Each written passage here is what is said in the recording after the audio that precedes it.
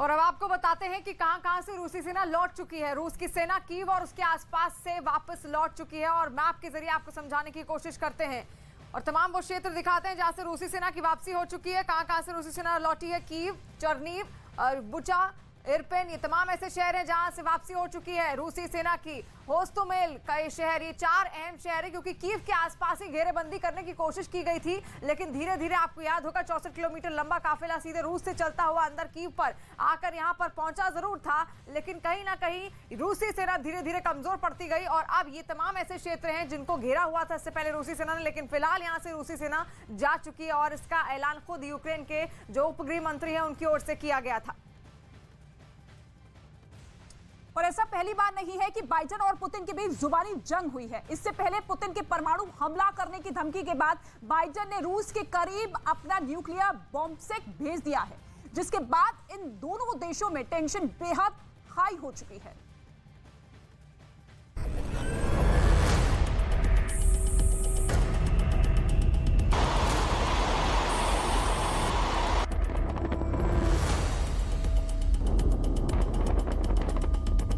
रूस के बॉर्डर के बिल्कुल करीब तक आ धमके इस न्यूक्लियर बॉम्बर यूक्रेन युद्ध में नया चैप्टर जोड़ दिया है।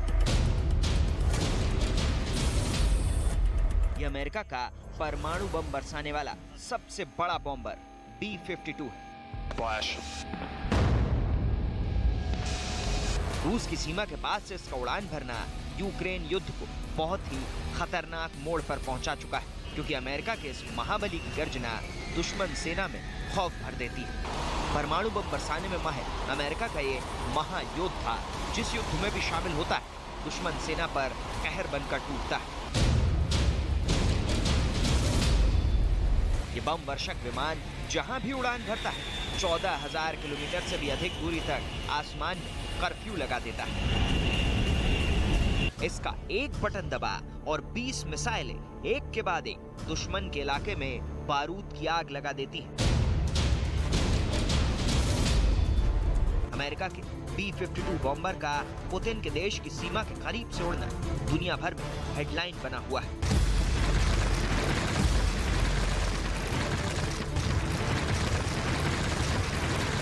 इसे अमेरिका का रूस को जवाब के तौर पर देखा जा रहा है, क्योंकि रूस के फाइटर न्यूक्लियर बम लेकर स्वीडन की तरफ बढ़ चले थे। रूस के 4 विमान कैलिनिनग्राद से उड़कर बाल्टिक सागर पर उत्तर पश्चिम की तरफ बढ़े। स्वीडन का दावा है कि रूस के 4 विमान उसके एयर स्पेस में दाखिल हो गए। इन 4 विमानों को गॉटलैंड आइलैंड के पास स्वीडन की एयरफोर्स ने इंटरसेप्ट किया, लेकिन जब इन विमानों को स्वीडन के फाइटर जेट ग्रिपेन ने चैलेंज किया तो वो बहुत खामोशी से अपने बेस की तरफ लौट गए। और अब अमेरिका का परमाणु बम बरसाने वाला बड़ा बॉम्बर रूस की सीमा तक पहुंचने की खबर है।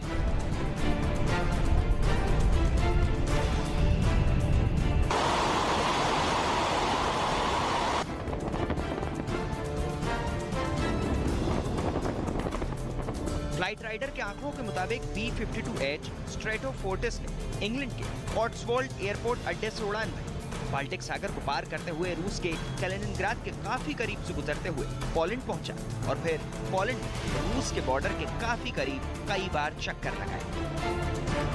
मैं इस वक्त पोलैंड में हूं और पोलैंड यूक्रेन की भरपूर मदद कर रहा है।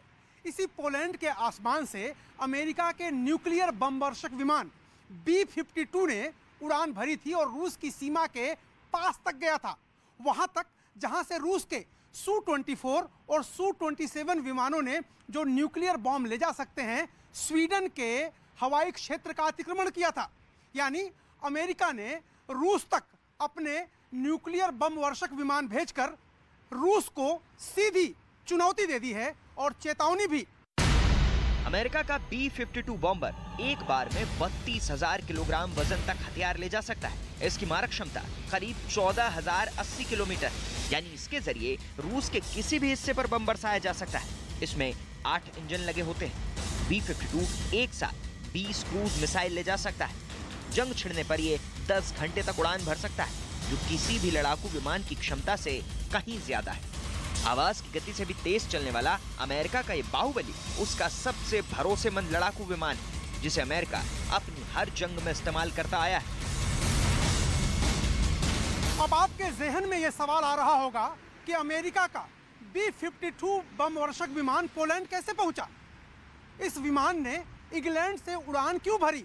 तो आपको बता दें कि यूक्रेन का युद्ध शुरू होते ही अमेरिका ने अपने 4 B-52 न्यूक्लियर बम वर्षक विमान को इंग्लैंड भेज दिया था और ये रूस पर अमेरिका की दबाव बनाने की रणनीति के तौर पर देखा जा रहा है।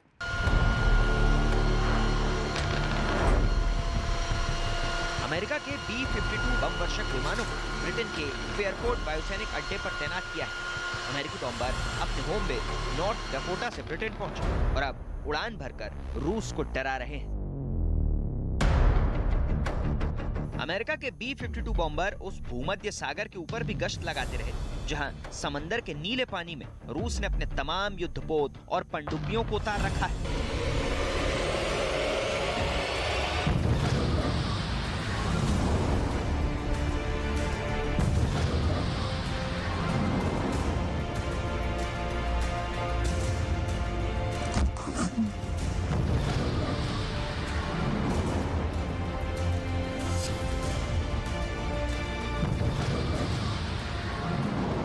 अमेरिका के खुफिया विभाग का कहना है कि 1 महीने से ज्यादा वक्त की लड़ाई के बाद पुतिन की सेना युद्ध के दूसरे स्टेज में है। पहले चरण में रूस ने यूक्रेन पर छोटे हमले किए। दूसरे स्टेज में रूस ने अपनी खतरनाक हाइपरसोनिक मिसाइलों से हमले शुरू किए। अगर पुतिन अपने इस प्लान में कामयाब नहीं हुए तो वो अपना आखिरी दांव आजमा सकते हैं। उस वक्त रूस अपने 3 स्टेज प्लान पर काम करेगा।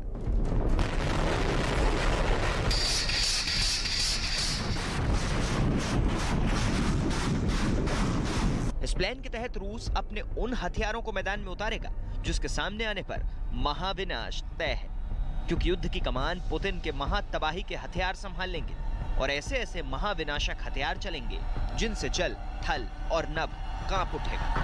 रूस की महाविनाशक परमाणु पनडुब्बी बेलगरद भी बनकर तैयार हो गई है। ये पनडुब्बी अपने रेडियो एक्टिव सुनामी पैदा करने वाले पोसाइडन टॉर्पीडो की मदद से किसी शहर को एक झटके में तबाह कर सकती है। करीब 604 फुट लंबी बेलगरद पनडुब्बी दुनिया में सबसे बड़ी है। ये पनडुब्बी इतनी बड़ी है कि इसके अंदर एक छोटी सबमरीन और ड्रोन विमान को छिपाया जा सकता है। इस पनडुब्बी का वजन 14,700 टन है। इस पनडुब्बी को जंग का नक्शा बदलने वाली पनडुब्बी कहा जा रहा है। इसके अलावा रूस की सेना अपने सबसे एडवांस टैंक T-14 यूक्रेन की जंग में उतार सकती है। T-14 अर्माटा दुनिया का सबसे खतरनाक टैंक है। खास बात यह है कि अर्माटा टैंक अब बिना क्रू मेंबर्स के ही अपने निशाने पर गोले दागने में सक्षम है। T-14 अर्माटा टैंक रूस का मुख्य युद्धक टैंक है। T-14 अर्माटा टैंक को रिमोट कंट्रोल के जरिए भी चलाया जा सकता है। इसकी अधिकतम रफ्तार 80 किलोमीटर प्रति घंटा है। टैंक का वजन करीब 55 टन है। ये 125 mm के स्मूथ बोर कैनन से लैस होता है, जो 10 से 12 राउंड प्रति मिनट की दर से गोले दाग सकता है। रूस के T-14 अर्माटा टैंक से एंटी एयरक्राफ्ट मिसाइल को भी फायर किया जा सकता है। यानी इस टैंक की मदद से रूस की सेना दुश्मन के लो फ्लाइंग हेलीकॉप्टर या छोटे ड्रोन को मारकर गिरा भी सकती है। अब तक के यूक्रेन युद्ध में रूस की सेना ने जिन हथियारों का इस्तेमाल किया उनमें Iskander M ballistic missile, Kinzhal supersonic missile, Tor M2 anti aircraft missile, BM-30 Smerch MBR, BMPD terminator tank, KA-52 alligator helicopter, T-80 main battle tank और Su-35 लड़ाकू विमान। लेकिन अगर युद्ध और आगे बढ़ता है तो पुतिन अपने Su-57 को भी बम बरसाने की हरी झंडी दिखा सकते हैं। रूसी फाइटर जेट सुखोई 57 अपने दमदार इंजन के बल पर उड़ान भरने के ठीक बाद सीधे आकाश की ओर जाने में सक्षम है।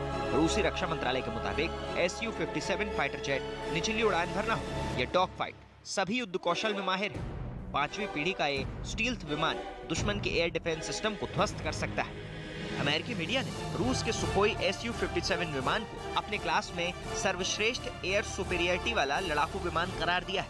कहा गया है कि किसी और विमानों के मुकाबले डॉग फाइट के दौरान Su-57 विमान को बढ़त मिलेगी।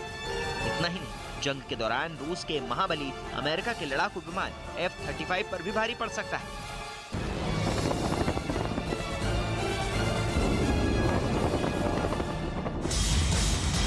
इसके अलावा रूस की सेना यूक्रेन युद्ध के अगले चरण में अपने कर्गनेट्स 25 और बूमरैंग को भी युद्ध के मैदान में उतार सकता है। कर्गनेट्स 25 हो या फिर बूमरैंग, रूस के इन दोनों महाबली का तोड़ यूक्रेन के पास मौजूद नहीं है। यही नहीं, रूस अपना बड़ा बॉम्बर Tu-160 को भी यूक्रेन की जंग में उतार सकता है। अगर ऐसा हुआ तो उसे अमेरिका को पुतिन का जवाब माना जाएगा, क्योंकि अमेरिका अपना सबसे बड़ा बॉम्बर B-52 रूस की सीमा पर उड़ा चुका है, जिसे दुनिया पुतिन को चुनौती के तौर पर देख रही है।